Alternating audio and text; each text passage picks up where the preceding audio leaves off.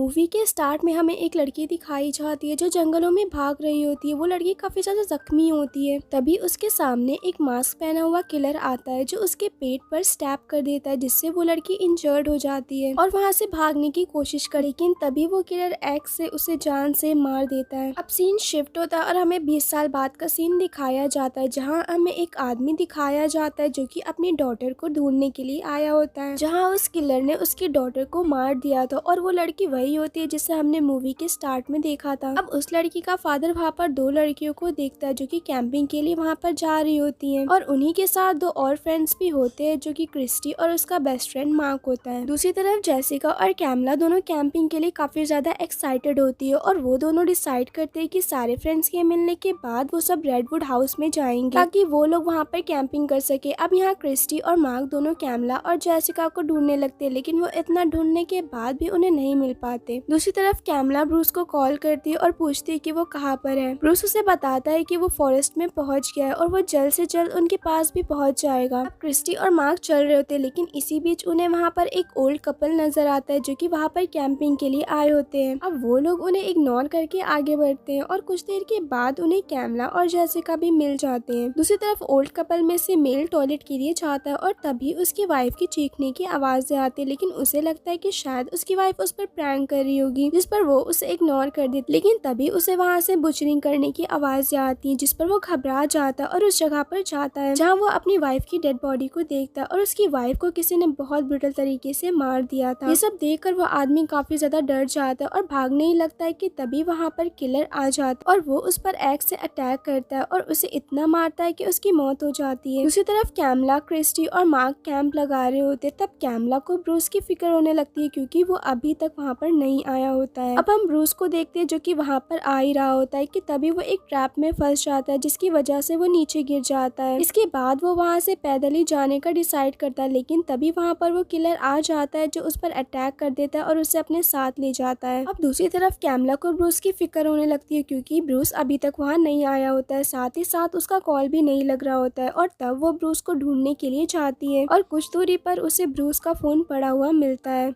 अब कैमला ये सब अपने फ्रेंड्स को जाकर बताती है, जिस पर वो लोग उसे कहते हैं कि शायद ब्रूस का फोन गिर गया होगा और वो उन्हें ही ढूंढ रहा होगा। लेकिन यहाँ कैमला को काफी अजीब लगता है, जिस पर वो उन्हें कहते हैं कि यहाँ जरूर कुछ गड़बड़ है। अब वो सब मिलकर ब्रूस को ढूंढने लगते हैं और रात को वहीं पर ही कैंप लगाते हैं और वहाँ पर वो रेडवुड हाउस की स्टोरी के बारे में बात करते हैं। क्रिस्टी उन्हें बताती है कि इस जंगल में बहुत अजीब से वाक़े हुए थे और इसके बाद से ये जगह कर्स्ड हो गई थी। वो उन्हें बताते हैं कि बहुत सालों पहले यहाँ पर एक फार्मर रहा करता था, लेकिन एक दिन उसे स्कैरक्रो से कुछ आवाजें आती है जैसे कि कोई डीमन या स्पिरिट उसे बुला रहा हो। और जैसे ही वो उसके पास आता है तो वो डीमन उससे कहता है कि वो अपनी वाइफ और अपने बच्चों को जान से मार दे। और तब वो फार्मर प्रोसेस्ड हो जाता है और एक एक्स लेकर वो अपनी वाइफ को ही जान से मार देता है और वो उसके इंटेस्टाइन्स को निकाल कर खाने लगता है। जब उसकी डॉटर ये सब देखती है तो वो काफी ज्यादा डर जाती है, लेकिन तब उस फार्मर ने अपनी डॉटर को भी बुचरिंग करके जान से मार दिया और इसी तरह से उसने अपने बेटे को भी जान से मार दिया और आखिर में उसने खुद की भी जान ले ली। और जब पुलिस को इस बारे में पता चला तो उन्होंने उनकी डेड बॉडी को दफना दिया, लेकिन उनमें से पुलिस को फार्मर के बेटे की डेड बॉडी नहीं मिली। लोगों का कहना है कि वो डेड बॉडी डीमन अपने साथ ले गया है और तब से उन जंगलों में जो कोई भी आता है फार्मर का बेटा उन्हें जान से मार देता है। अब वो सब क्रिस्टी की बातों को ज्यादा सीरियस नहीं लेते और टेंट में सोने चले जाते। अब नेक्स्ट मॉर्निंग कैमला टेंट में देखती है, लेकिन वहाँ पर कोई भी उसके फ्रेंड्स नहीं होते हैं, जिस पर कैमला उन्हें जंगलों में ढूंढने लगती है। तभी वहाँ पर क्रिस्टी आती है, जिस पर कैमला उसे जेसिका और मार्क के बारे में पूछती है, लेकिन क्रिस्टी को भी उन दोनों के बारे में कुछ पता नहीं होता है। अब हमें जेसिका और मार्क दिखाए जाते हैं जिन्हें उसी किलर ने बेसमेंट में बांध रखा होता है और वहीं पर ही वो दोनों ब्रूस को भी देखते हैं जो कि काफी जख्मी होता है। तभी वहाँ पर किलर आता है जो जेसिका को अपने साथ ले जाता है ताकि वो उसकी बुचरिंग कर सके। वो उसे एक टेबल पर बांधता है और फिर वो उसके पेट पर स्टैप करता है, जिससे जेसिका को काफी ज्यादा पेन होता है। जेसिका उसे काफी रिक्वेस्ट करती है कि वो उसे छोड़ दे, लेकिन वो किलर उसकी एक भी नहीं सुनता है और वो उसे इतनी बार स्टैप करता है कि जेसिका की मौत हो जाती है। दूसरी तरफ कैमला और क्रिस्टी अपने फ्रेंड्स को ढूंढने लगते, जिस पर कैमला उसे कहती है कि शायद वो लोग रेडवुड हाउस में गए होंगे तो उन्हें वहीं पर जाकर उन्हें ढूंढना चाहिए, जिस पर वो दोनों उस घर को ढूंढने के लिए निकल जाते हैं। अब यहाँ किलर जेसिका को मारने के बाद मार्क को अपने साथ ले जाता है। ये सब देखकर ब्रूस को काफी ज्यादा गुस्सा आ जाता है क्योंकि वो किलर उसके दोस्तों को मार रहा होता है और तब वो किसी तरह खुद को आजाद कर लेता है। अब वहीं पर ही एक एक एक्स पड़ा होता है जिसे लेकर वो उस किलर को मारने जाता है, लेकिन मार्क की आवाज सुनकर वो काफी ज्यादा डर जाता है और वो मार्क को बचाने के बजाय वहाँ से भागने का सोचता है। दूसरी तरफ वो किलर मार्क को एक चेयर से बांध देता है और उसे काफी ज्यादा टॉर्चर करता है और आखिर में वो एक आरी से उसके सर को काटने लगता है और उसके ब्रेन को निकाल कर एक बोतल में डाल देता है। अब क्रिस्टी और कैमला उस घर पर पहुंच जाती है। दूसरी तरफ ब्रूस वहाँ से निकलने की कोशिश करता है, लेकिन तभी वहाँ पर एक बॉक्स से उसे एक लड़की की चिल्लाने की आवाजें आती है। वो उस बॉक्स को खोलने ही वाला होता है कि तभी वहाँ पर किलर आ जाता है, जिस पर ब्रूस छुप जाता है और तब वो किलर एक कुल्हाड़ी से उस बॉक्स पर मारता है। अब किलर के जाने के बाद ब्रूस बाहर आता है और बॉक्स को खोलता है जिसमें एक लड़की होती है जिसकी मौत हो चुकी थी। अब ब्रूस किसी तरह वहाँ से निकलने की कोशिश करता है, लेकिन वो किलर ब्रूस को पकड़ लेता है और वो उसे मार मार कर बेहोश कर देता है। अब कैमला घर के बाहर अपनी फ्रेंड को ढूंढ रही होती है और क्रिस्टी अंदर होती है, जहाँ क्रिस्टी को कुछ आवाजें आती है जिस पर वो उस आवाज की तरफ जाती है और तब वो देखती है कि वो किलर ब्रूस को टॉर्चर कर रहा होता है और तभी वो किलर क्रिस्टी को देख लेता है और उसके पीछे पड़ जाता है। अब वो किलर क्रिस्टी पर अटैक कर देता है, जिस पर वो किसी तरह बचकर दूसरी तरफ भाग जाती है और छुप जाती है और तब वो किलर वहाँ पर आता है, लेकिन क्रिस्टी उसे कहीं पर भी नहीं मिलती है, जिस पर वो वहाँ से चला जाता है। अब क्रिस्टी बाहर आती है, लेकिन तभी वो किलर पीछे से आता और वो क्रिस्टी को बड़ी ब्रूटल तरीके से मार देता है। क्रिस्टी की आवाजें सुनकर कैमला अंदर आती है और तब कैमला उस किलर को देख लेती है, जिसे देखकर वो काफी ज्यादा डर जाती है। तभी कोई कैमला पर गन पॉइंट कर लेता है और उसे अपने साथ चलने का कहता है, जिस पर कैमला उसके साथ जाती है। अब वो आदमी उसे कहता है कि तुम लोगों को यहाँ पर नहीं आना चाहिए था। वो किलर फार्मर का बेटा है और उस किलर ने अपने फैमिली के सभी मेंबर्स को मार दिया था। वो कैमला को बताता है कि उसने कई कोशिशें की कि वो किसी तरह उस किलर को मार सके, लेकिन उसे किसी भी हाल में नहीं मारा जा सकता है क्योंकि उसके अंदर एक डीमन है।